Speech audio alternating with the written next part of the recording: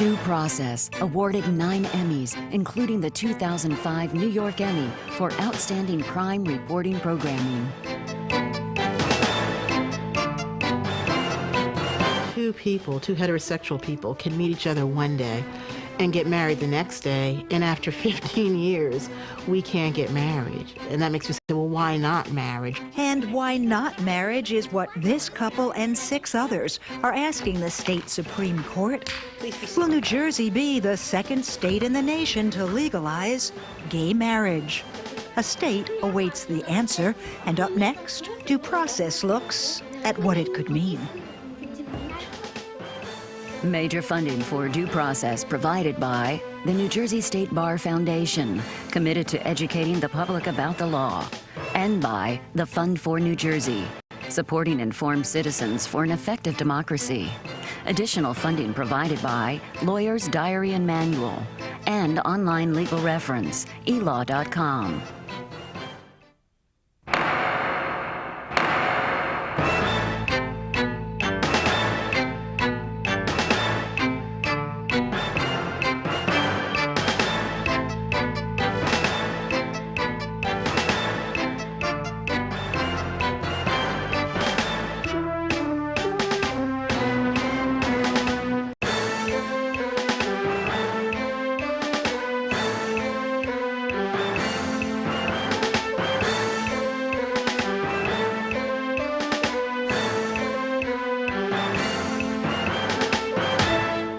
Just a few years ago, it wasn't even on the public radar screen.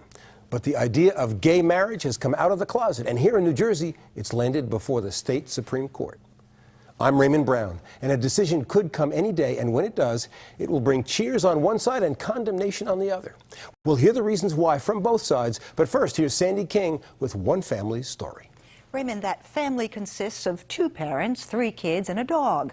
Just an ordinary suburban family, except that this family has 2 mothers. Plaintiffs in the gay marriage suit that the court's about to decide. So Sue and Sarah Lael were among those there to listen when the court heard the arguments why they should be allowed to marry or not.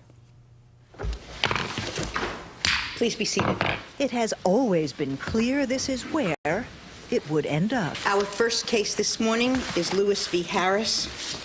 Mr. Buckle. Last stop on a 4-year struggle through the courts. Good morning, Your Honors, and may it please the court. My name is David Buckle, representing the plaintiffs who have joined us in the courtroom today. We're happy that we're being heard. We're happy that we were able, and everyone else who's involved in this lawsuit were able to describe and how marriage affects us and how being denied marriage affects us. And we're confident that that was heard. The questions they asked our attorneys, they just seemed as though they really get the cause. What is now the legitimate government objective in not permitting gay people to marry? But can the questions the justices asked predict the way they are going to vote? There's nothing like going into a courtroom and finding the judges having very seriously read the briefs, seriously thought about the questions, and asking both sides very tough questions. Especially when they challenge the government's case against gay marriage. Can you spell out in a more detailed way than simply saying, well, but they didn't want them to be able to marry, why that would be?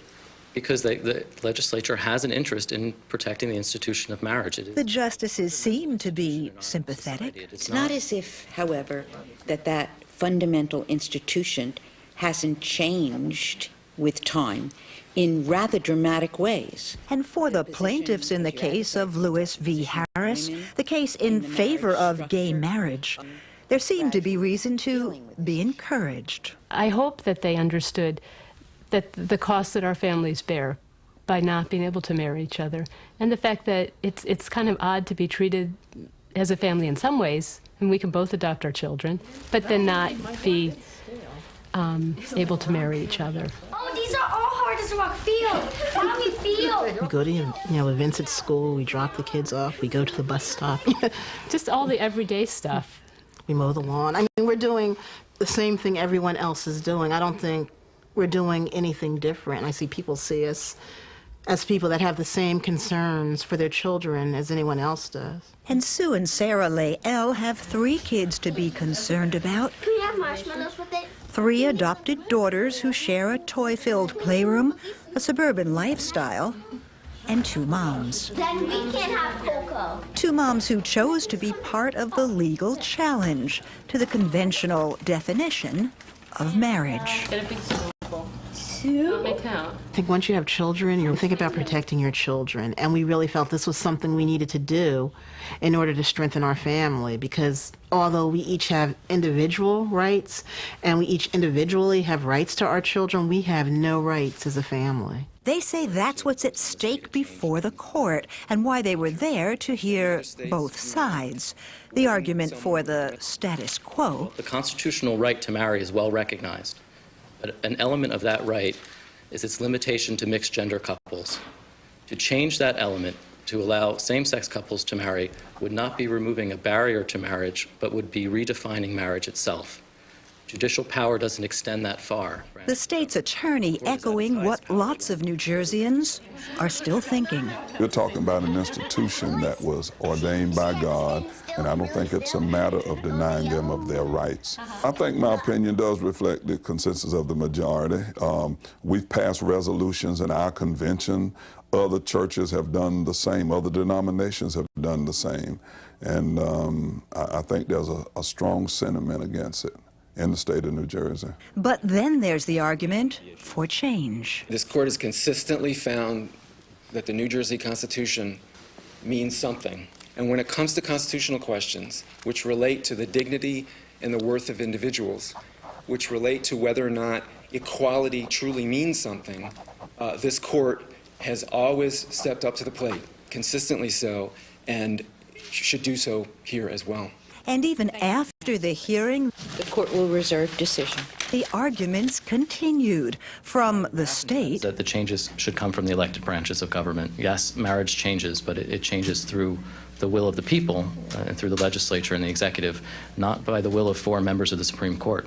And from the plaintiffs. All I want to say is that after today, and for the last 31 years, I want to get married to Cindy, and today I'm hopeful it's going to happen. We weren't involved in this case strictly for us. I think when we look at it, it's for future generations. We want our daughters to know that their family will be treated equally, that their family will be treated fairly, and that we'll be able to be responsible parents to them. Yeah, thank you, Danica. Thank you, Danica. That's good. Very good. So Sue and Sarah and the rest of the state are braced for a ruling that could make New Jersey the new focus of the national fight for and against gay marriage. They say for them it's about lots more than a wedding. And on that much at least, on the larger implications of the ruling soon to come, on that, Raymond, both sides can agree. And when we come back, we'll have some passion and some strong opinion from the leaders of the fight against gay marriage and from one of the lawyers who's been fighting to make it legal. So stay with us.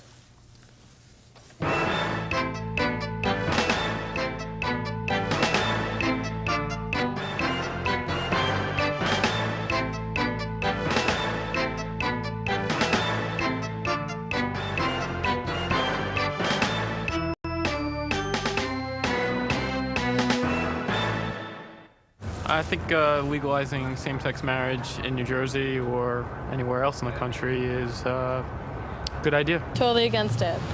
I just think it takes away from the ethics and morals attached to marriage. You know, people can live together if they want, but marriage, no. I think everybody should be able to choose to do what they wish to do. The Lord put a man and a woman on this earth to be a man and a woman to have children. Oh, I think that they should totally allow it. I believe it's a person's right to do whatever they really want to do, as long as it doesn't interfere or hurt anybody else. I have certain gay friends that have been together for years, and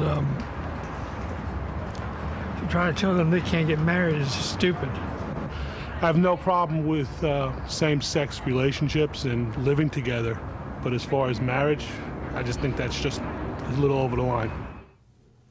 Our informal street poll reflects the findings of more scientific surveys that this state and the country are deeply divided over the question of gay marriage. a division we'll explore with a couple of lawyers who are leading the fight from opposite sides. Civil liberties lawyer Larry Lusberg is one of the attorneys who, pro bono, brought and argued the case now pending before the court, while Vincent McCarthy, as senior counsel of the American Center for Law and Justice, is a national leader in the right to life and anti-gay marriage movements. Welcome to both of you. Thank you. Larry, let me start with you since you were present at the court in February. Is it your sense, putting aside the qualifications that lawyers have about whether they can really glean anything from oral argument, was it your sense that the court, or at least a majority of it, was leaning your way?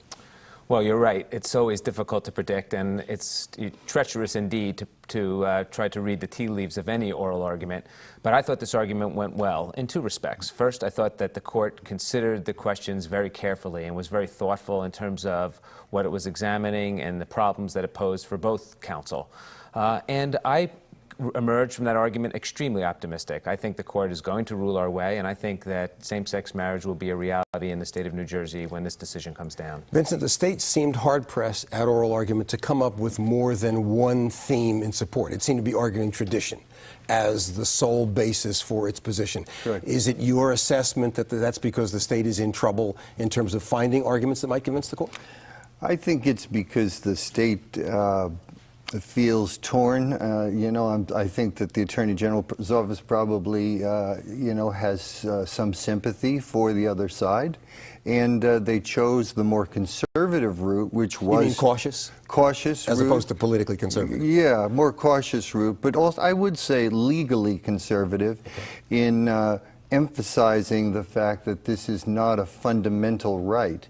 And to really respond to what the other side was saying, which was that the right to same-sex marriage is a fundamental right. And so the state chose to rebut that argument and spend its time on that issue. Assuming that the court set some store by oral argument, do you think that suggests that Larry's right, that this may be an instance in which the state of New Jersey will join Massachusetts with a high court that says its constitution will not permit a ban on gay marriage? I think it's quite possible that that will happen. The other argument that I have heard at the Supreme Court of New Jersey was the Dale case involving the Boy Scouts, and I did get the sense in watching the argument that the judges here in New Jersey were predisposed personally, I guess you would say, to rule in favor of the plaintiffs, people arguing in favor of same-sex marriage. But, with the law, I think it's a little more difficult for them. Now, Larry, is it your sense that if the court rules in favor of the plaintiffs, that the only other option for opponents of gay marriage is a constitutional amendment in New Jersey? That's right. I don't think this is like Massachusetts, where the result of this will be a return to the legislature. This case poses the issue cleanly. Is it appropriate to have two classes of people, those who can marry and those who can't? And so the only remedy, and the only one we seek, is the full right to marriage. And so the only way to overrule that, should the court come out the way we believe it should, would be a constitutional amendment, which the governor has indicated he opposes and which we think would never pass here. Vincent, I want to make sure you get a chance to address the merits. Why should there be two classes? Why should homosexuals be treated differently than heterosexuals with respect to marriage? Well, because historically that's the way we've always done it, and we've done it that way since really the time of Hammurabi for 4,000 years. Because Now, that was a state's tradition argument of which you were critical. Is there another argument you would make? there is, and that is that it's the best way to raise kids too. If a child grows up in a fatherless home, which would be a lesbian relationship, that child is going to be disadvantaged vis-a-vis other children. David Blankenhorn has written extensively about this. But isn't it fair to say that New Jersey has passed that hurdle because New Jersey permits gay couples to adopt? So in a sense, the legislature and the courts, to the extent that they're involved, have said, we don't distinguish heterosexual couples from homosexual couples in child rearing.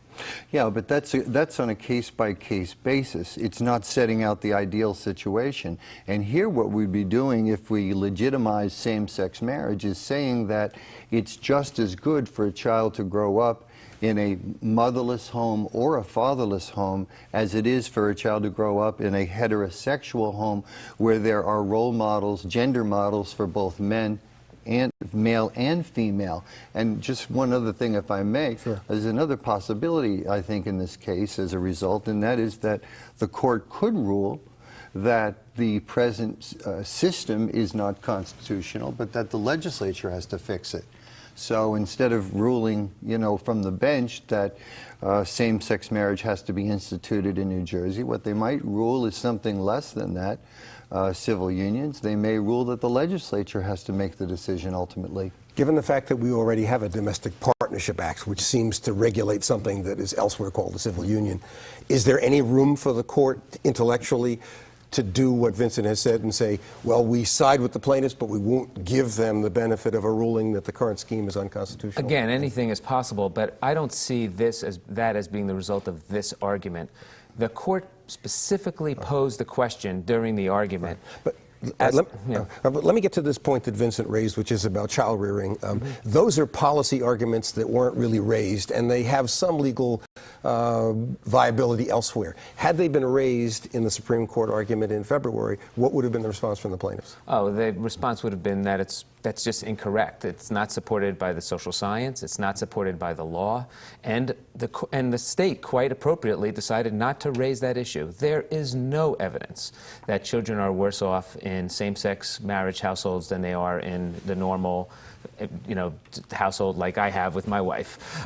There's just none. And you know, we don't require parents to take any kind of qualifying exam to see whether they're going to be good parents or bad parents or otherwise. It's not as if our marriages are sanctioned or not sanctioned based upon merit. Let me ask you maybe the toughest argument that has been raised. Assume that we had a Domestic Partnership Act that was all comprehensive, that everything but marriage was given to gay couples. What then would be the argument in favor of marriage? It would be, I think the argument would be just as strong, because then for no reason whatsoever you would be distinguishing between two classes of people, as I said before, those who can marry and those who can't.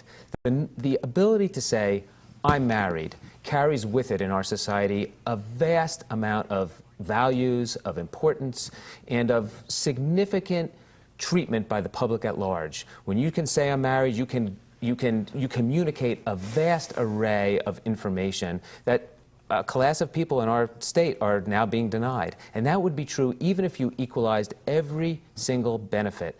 Listen, if it was just about those benefits, then a Domestic Partnership Act could do it all, and people like Mr. McCarthy wouldn't be fighting so hard to prevent it, and people like my clients wouldn't be fighting so hard to get it. Speaking of how hard you're fighting, we know that the ruling of the Massachusetts court may have shaped the last presidential election. At least there are some folks who think that. That's how powerful an issue this is. Assuming that Larry's right, Supreme Court of New Jersey declares the statute unconstitutional, is it likely that there would be a national movement in support of those in New Jersey who'd want a constitutional amendment and want to put this on the political agenda in New Jersey? Oh, I think clearly it would be, and I think it would be the impetus perhaps that Congress needs to pass a bill like the FMA or another bill to strengthen the DOMA, domestic bill already in existence, and I think that would be the reaction. So it's your feeling that, especially since there are credible voices like Reverend Simmons, who we saw earlier in the state of New Jersey, who are on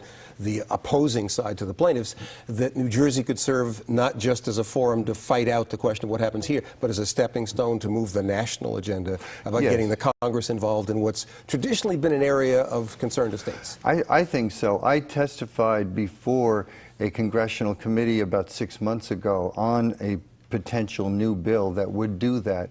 And I brought with me 200 studies that have been done that make it overwhelmingly clear that children who are brought up in these fatherless and motherless homes suffer in every category of grades, of juvenile delinquency, in every single category. And I think that will be ultimately the major issue. In addition, however, to using New Jersey as kind of a stepping stone for the national debate, would there be resources and money available to New Jersey folks who would want to fight to bring about a constitutional amendment to respond to a Supreme Court ruling here? I don't know whether there's money and resources, but there certainly are lots of groups that are out there working toward this end. And I know in Massachusetts, But would you come back to speak? Would you come back to help galvanize people in this? Oh, definitely. Now, let me ask you this, Larry. I know that you're not primarily a political person, but you obviously are involved in cases at your own expense because you care about the policy and other implications. If New Jersey becomes a battleground in terms of a constitutional question, how do you see it shaping up? The governor, for example, is he likely to be a powerful force on either side? I think that the support in the state for same-sex marriage is overwhelming. I saw the introductory piece, and I know that people have strong feelings on both sides of this issue. But increasingly, the polls show that New Jerseyans are in favor of this freedom and of expanding our constitutional and civil rights as opposed to contracting them. I believe that this state will never pass a constitutional amendment with respect to that bans same-sex marriage, and I don't think Congress ought to be and is in the business of regulating what marriage is for the states. That is something that in our federalist system has always been left to the states. While this is an issue that arouses deep feelings, it's hard not to think or observe that there has been a change over time. That is, more people are accepting of the idea of gay marriage now than were 15 years ago. Is that change one that's likely to continue? Aren't you fighting against the tide of history in this position? I have to respectfully disagree with you on that. I know in Massachusetts, after the Goodridge decision, the Boston Globe did a survey and found that 69% of the public at that point was against same-sex marriage, whereas before the decision, it was almost 50-50. So I'm not sure whether that's just a reaction to Goodridge or whether it represents a legitimate trend. All right, let me ask you this. Are you strategically hoping politically, in terms of long-term strategy, that maybe the New Jersey court will do what Larry and you predict and rule against gay marriage because it focuses and galvanizes efforts on this larger scale? Yeah, no, I'm not. No, I don't hope that. I don't hope that same-sex marriage is successful just for political reasons. No. Now, one of the issues that presented a potential divide in those opposed to gay marriage in the presidential election was the question of whether the states should have the exclusive province in regulating this issue. And some people who were opposed to gay marriage, including some in the cabinet, took a position opposite the president. Do you think that divide over whether states should be the ones making this decision as opposed to the federal government might weaken the movement that you That's a very, very interesting issue because the federalist wing of the conservative movement does take the position that the states should decide this. And so I think there probably will be a split within the conservative side of things over precisely that issue. Now, Larry, if there proves to be a large involvement of folks from around the country who focus on New Jersey as they did in Massachusetts in the past, is that likely to change the nature of the debate in this issue? Because you had a very sophisticated argument about a very specific legal issue in February. On the other hand, there were a host of issues, as Vincent and you have suggested, that weren't on the table in that legal forum.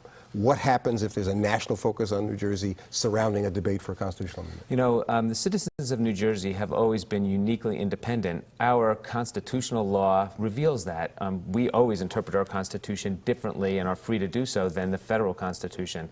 I think New Jerseyans will stick to their guns. If we believe in this, I don't think we'll be pressured by outside groups to do that which is not consistent with our state traditions and which we think is fair, just, and correct. Now, go ahead, you were going to say something. Yeah, I think, though, if the Supreme Court of New Jersey believes that the people support it, then the right thing for them to do is to send the case to the legislature because they are the people's representatives, not the members of the Supreme Court who are unelected. Right. Now let me take you outside of your specific realms. Larry, how long before the majority of states embrace this position in your view?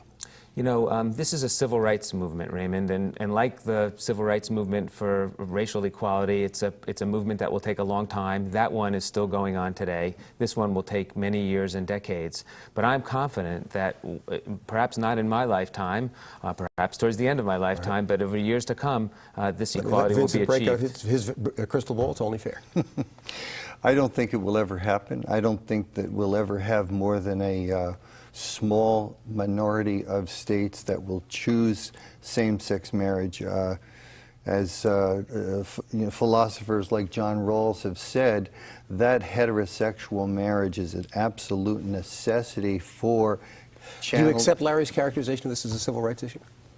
I don't at all, and I was very involved in the civil rights movement, and I know lots of friends of mine were as well, who are also working against same-sex marriage. So I don't see it as civil rights.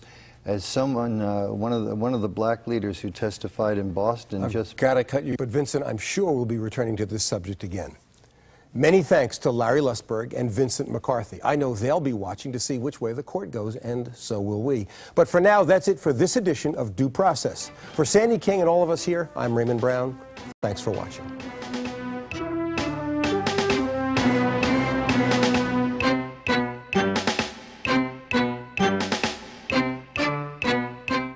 Well, the constitutional right to marry is well recognized. But an element of that right is its limitation to mixed gender couples. To change that element to allow same-sex couples to marry would not be removing a barrier to marriage, but would be redefining marriage itself. Judicial power doesn't extend that far.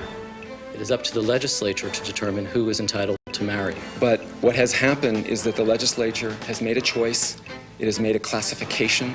It has closed the gate to a group of citizens within this state, and a constitutional question is presented.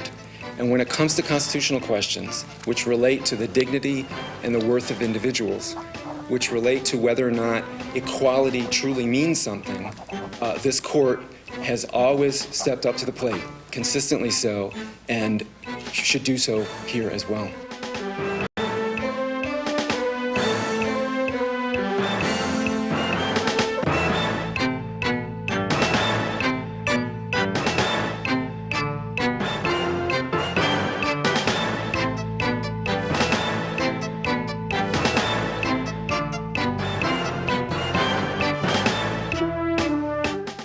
Major funding for Due Process provided by the New Jersey State Bar Foundation, committed to educating the public about the law, and by the Fund for New Jersey, supporting informed citizens for an effective democracy. Additional funding provided by Lawyer's Diary and Manual and online legal reference, elaw.com.